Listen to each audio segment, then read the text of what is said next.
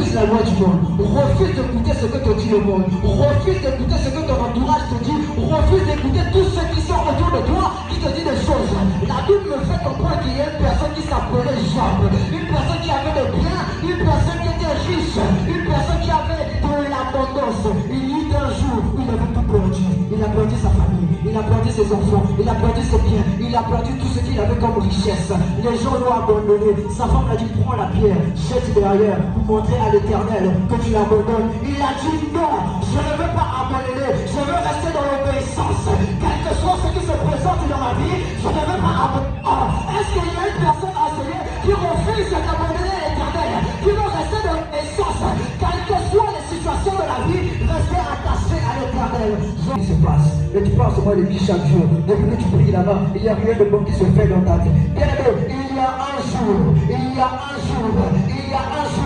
ton obéissance va payer pour toi, ton obéissance va payer pour ta vie, ton obéissance va faire de sorte que ce que tu n'avais pas auparavant, tu puisses l'obtenir, ton obéissance va faire de sorte que tu puisses obtenir ta délivrance, que tu puisses devenir une nouvelle personne. Au début, je t'ai dit que ce n'est pas seulement un séminaire, mais c'est un camp. Lorsque tu vas sortir de ces lieux, bien aimé, tu seras une nouvelle personne. Les gens seront étonnés de te voir. Les gens seront étonnés de te voir. Pourquoi? Parce que tu étais à la rencontre de l'obéissance. Et l'Éternel récompense les obéissants.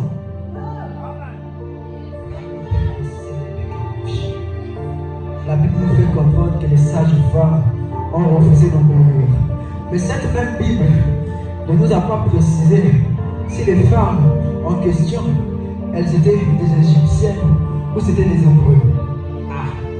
Lorsque j'étais en train de méditer la parole, on nous a souvent dit que les sages-femmes qui faisaient accoucher les Hébreux.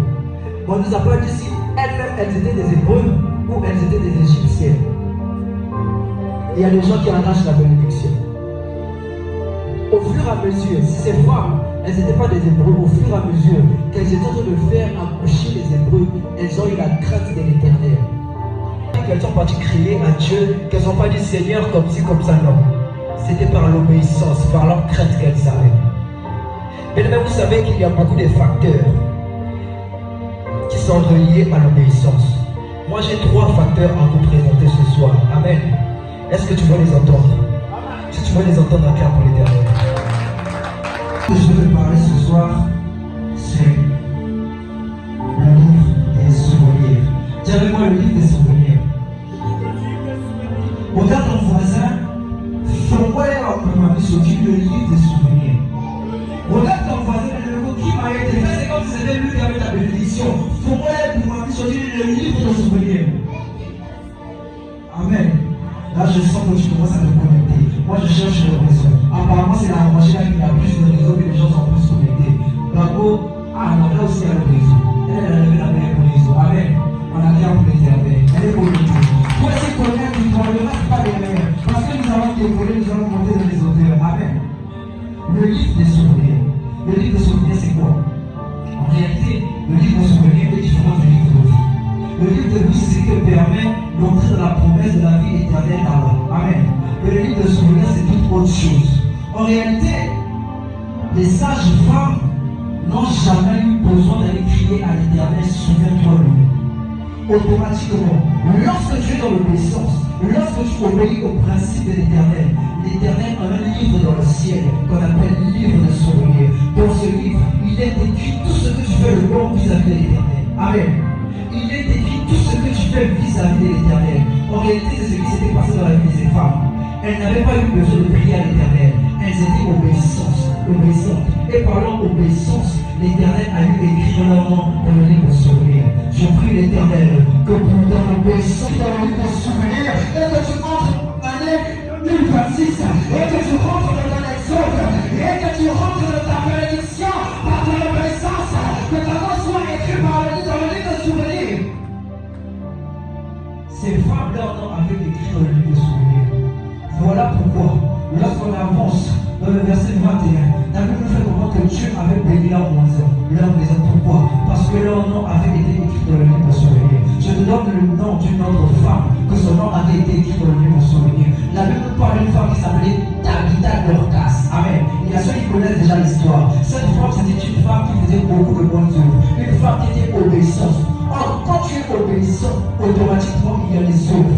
Il y a ce que tu avais fait qui vont être écrits dans le livre de souvenirs. Et lorsque tu seras dans la détresse, lorsque tu seras éprouvé, personne ne parlera pour toi. Ce qui va enfin sortir de la détresse, afin que tu sortes de 2025 et que tu rentres dans 2026 dans la gloire. Ces femmes n'avaient pas eu besoin de crier à l'Éternel. C'était le livre de souvenirs qui avait eu besoin de parler pour eux. La Bible nous fait comprendre que Tabitha Dorcas c'était une personne qui était morte. Amen. Elle était pour elle morte. Basibie et Magra, elle était déjà morte. Elle était déjà à la porte de la mort. Une personne déjà morte. Mais comment est-ce qu'on peut expliquer qu'une personne qui s'appelle Pierre, qui se trouve à tel endroit, peut revenir pour venir pour elle? Personne. Elle n'est pas partie sortir à Pierre en songe, ni par les pensées, pour lui dire Pierre, moi j'avais fait ceci, cela dans la maison de l'Éternel. Moi j'avais fait. Non. C'était les souvenirs qui avaient été écrits dans le livre de souvenirs, qui avaient parlé pour elle. C'était son obéissance qui avait fait de telle sorte que Pierre puisse quitter où il était pour venir pour elle, afin qu'elle puisse recevoir la vie. Que ton souvenir ce soir parle pour toi, que ton sacrifice que tu fais en quittant ta maison pour venir ici puisse encore parler pour toi et que tu rentres dans l'année 2026. Que ton livre de souvenirs parle pour toi, que ton livre de souvenirs parle pour ta vie. Si tu veux réellement atteindre les objectifs en 2025 et en 2026, c'est ton obéissance. Ton obéissance payera pour toi. Ton obéissance payera pour ta vie. Que ton souvenir avec l'Éternel parle de toi. Ce que tu fais, ce n'est pas un sacrifice en vain, bébé. Laisse-moi te dire que lorsque tu quittes ce monde ta maison pour venir ici, c'est une grande chose. Regarde comment les chiens sont vus. Regarde comment les chiens sont vus.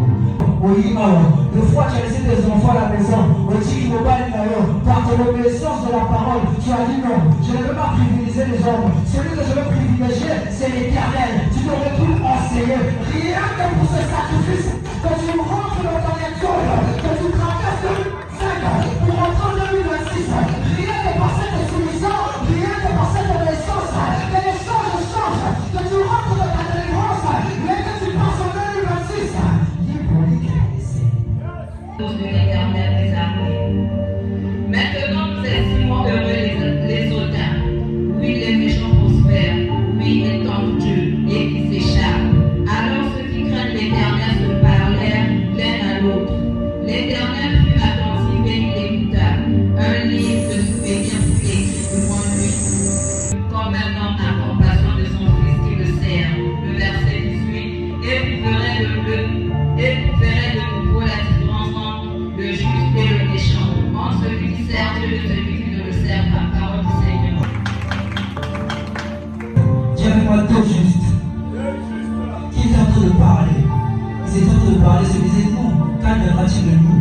Nous qui avons laissé toutes les choses du monde pour suivre l'Éternel. Amen. Mais c'était par la base de cette discussion que l'Éternel apportait solution. C'était à la base de ce que ces gens étaient en train de parler. Mais toi, lorsque tu es avec ton frère et ta soeur, de quoi tu parles?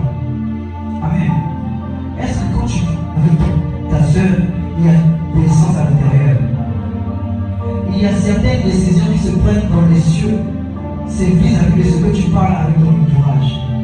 Certaines décisions qui se font dans le ciel se font vis-à-vis de ce que tu entreprends comme conseiller. Amen. La Bible nous fait que tous ceux qui vont abandonner le mal pour être obéissants, ils seront à l'Éternel et l'Éternel croira eux. Amen. Et leur nom sera écrit dans le livre de souvenirs. Alléluia. Est-ce que quand tu es avec ton voisin, tu manifestes l'obéissance avec tes frères et tes sœurs? La Bible dit que c'était deux justes qui étaient en train de parler pour leur vie. Mais toi, lorsque tu es avec ton frère et ta sœur, de quoi tu parles? Amen. Lorsque tu te retrouves juste avec ton frère et ta sœur, de quoi est-ce que vous parlez? Est-ce que dans ce que vous parlez, il y a l'obéissance? Il y a certaines personnes, je ne permets même pas qu'ils puissent venir à côté de moi pour parler de n'importe quoi. Parce que lorsque je suis dans l'église, mais non, c'est la même. Même si je le fais. Parce qu'il y a d'autres dans l'église même, dans autres pays à lui. C'est la même. Pourquoi même il y en a une chambre, il peut faire ça. Vous avez besoin de manque d'obéissance. Amen. C'est par rapport à ce que tu parles avec ton voisin que l'Éternel peut prendre une décision dans le ciel. Manifeste l'obéissance, même quand tu causes avec ton voisin. Manifeste l'obéissance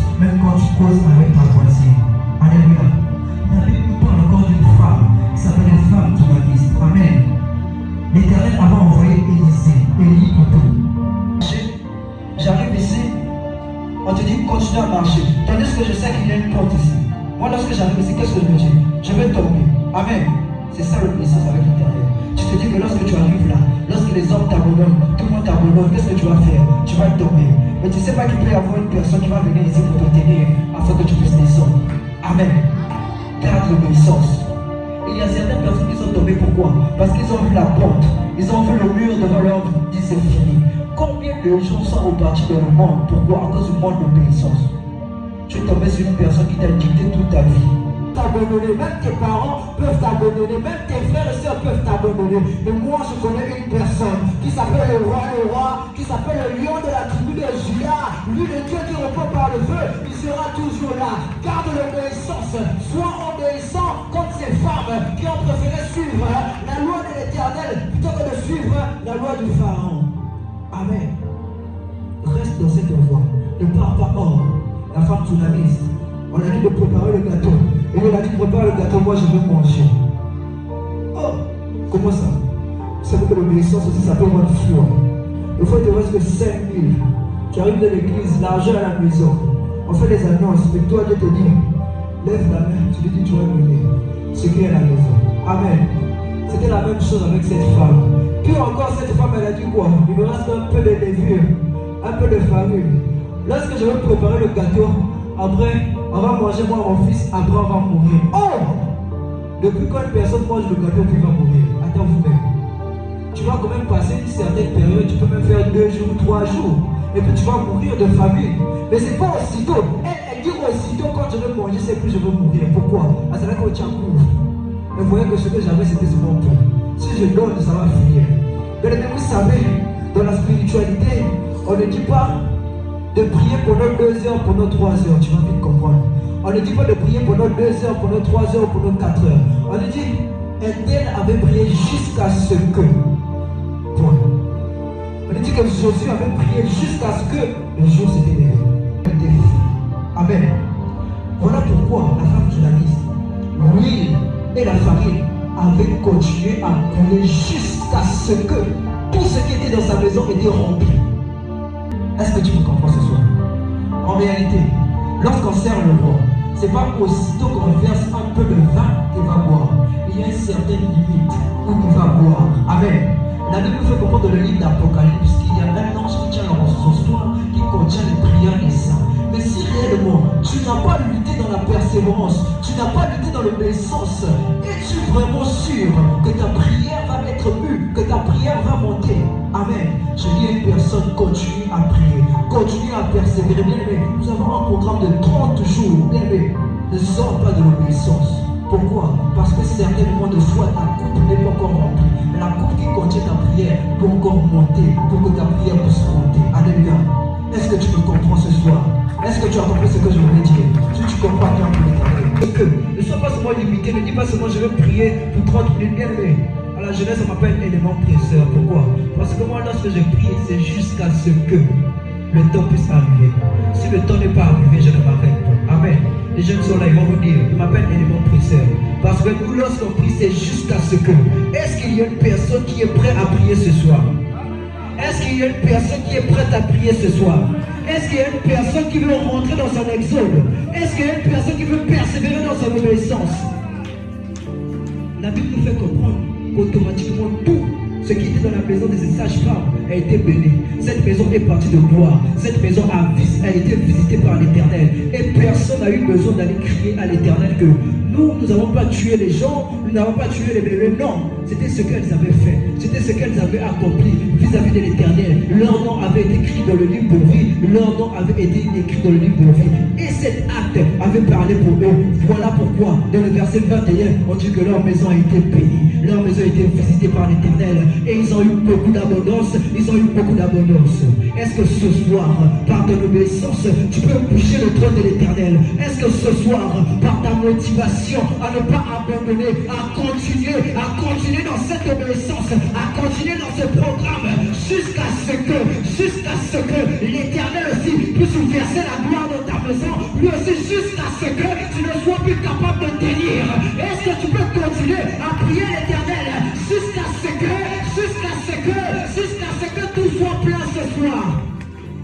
Et parmi les processus de ton entrée en 2026, il y a l'obéissance. Car l'Éternel récompense tous ceux qui sont obéissants. L'Éternel apporte la victoire à tous ceux qui sont obéissants. C'est par ton obéissance à ce programme que tu vas être une personne nouvelle. C'est par ton obéissance que lorsque tu vas sortir de ce programme, que lorsque tu vas sortir de ce camp, qu'on va te voir comme une nouvelle personne, qu'on va te voir comme une personne grande, qu'on va te donner des honneurs. Alléluia. Reste dans ton obéissance. Persévère dans ton obéissance. Ne sois pas comme les gens, comme les situations arrivent, ils commencent à abandonner. Bien aimé, j'ai tellement de témoignages que je pourrais vous donner, même sur ma vie, même sur la vie d'autres personnes qu'on prie avec eux, même sur la vie des gens de l'église, que je peux vous donner sur l'obéissance. L'obéissance ouvre plusieurs portes. Je vais vous donner un témoignage. C'est le témoignage d'une femme, bien aimée. Une femme qui a œuvré avec le monde des ténèbres. Alléluia. Sois concentré. Une femme qui a œuvré avec le monde des ténèbres, qui a venu à œuvrer avec le diable. Alléluia. Ça s'est passé du côté de la RDC. Amen. Cette femme, elle a œuvré avec le monde des ténèbres. Et un jour, parmi ces nombreuses quêtes qu'on lui avait données, on lui avait dit d'aller séduire un homme de Dieu. Amen. On lui avait dit d'aller séduire un pasteur. Et lorsqu'elle était arrivée pour séduire le pasteur, elle essayait tous les moyens. Elle essayait tout ce qu'il fallait faire, ça n'a pas marché. Est-ce qu'il y a encore des personnes qui sont réellement attachées à l'obéissance? Même si la tentation se présente et qui dit non ce soir. Amen. Elle essayait tous les moyens. Et dans les moyens qu'elle avait essayé, elle avait acheté des chaises pour l'église. Amen. Ce ne sont pas les églises communes comme on voit ici. C'était, on dit, méga church. Amen. Les grosses églises, les grandes églises. Donc imagine qu'elle a acheté des chaises pour toute l'église. Amen. Et un jour, elle repart près du diable. Elle lui dit que la mission que tu m'as donnée, en tout cas, j'ai essayé de toutes les façons, ça n'a pas marché. Tout ce que j'ai essayé de faire, ça n'a pas marché. Il a dit, ok, d'accord, vas-y. Mais elle est actée. Elle est beaucoup de malade, elle est passée au rencontre avec le sida. Amen. Elle ne sait pas comment ça s'est fait. Elle ne sait pas comment est-ce qu'elle a fait pour contracter ça. Mais elle a commencé à souffrir du sida. Elle repart auprès de la personne qui est en train de l'envoyer d'aller injecter les gens des maladies, d'aller inoculer les gens des maladies, d'aller faire entrer les gens des esprits. Elle dit que je suis malade du sida, guéris-moi. Parce que toi aussi, de fois, tu m'envoies, tu me dis, mets la maladie dans le corps d'un tel, fais ceci dans le corps d'un tel. Là, maintenant, c'est mon tour, je ne sais pas ce qui se passe. Donne-moi la guérison. Vous savez ce que le diable a fait? Cara, il a bloqué, il a dit, je ne peux pas te guérir. Oh, elle a dit comment? Toi, tu m'as donné le pouvoir sur le monde, tu m'as dit de faire entrer les gens des esprits. Maintenant, c'est ce qui est en moi, c'est un esprit. Comment est-ce que tu ne peux pas? Le diable a dit, je ne peux pas. Parti près du même pasteur. Elle expliquait tout au pasteur et puis à la fin. Elle vient devant. Il dit à la foule, pour moi, il va quitter au bout surtout pour famille. Oh, pasteur, de moi, il y a un voisin qui est confortable. Il y a un chiffon à cima. Les asseurs, le moto à Souma qui a mais c'est quoi zobé la maladie? Minute où vous avez le tout téléma, vous avez samé la ponae, vous avez samé la ponae sœur ou à Dieu le niveau. Mais l'église, toute l'église avait prié pour elle. Et cette sœur avait eu la guérison. Pourquoi? Parce que dans ce qu'elle était en train de faire, il y avait eu un souvenir qui avait été fait. Et c'est ce souvenir qui avait apporté la guérison de sa vie. Le monde de ténèbres sera là, on va venir vous appuyer, on va venir vous appuyer, on va vous donner ceci, on va vous dire ceci, cela. Vous savez combien de personnes ont fui le monde des ténèbres pour venir en Jésus-Christ? Il y a beaucoup de gens qu'on peut citer, on peut vous citer beaucoup de gens qui ont quitté le monde des ténèbres pour venir suivre Jésus-Christ. Pourquoi? Parce qu'ils ont compris que la vie, elle est en Jésus. Elles ont compris que la victoire est en Jésus. La victoire n'est pas dans le monde des ténèbres. Même si Satan te tend la main, lorsqu'il va te tendre la main, il va te ravir avec l'autre main, bien-aimé. L'amitié de l'Éternel. Dis avec moi l'amitié de l'Éternel. Vous savez, j'ai déjà donné le passage. Vous pourrez aller lire à la maison.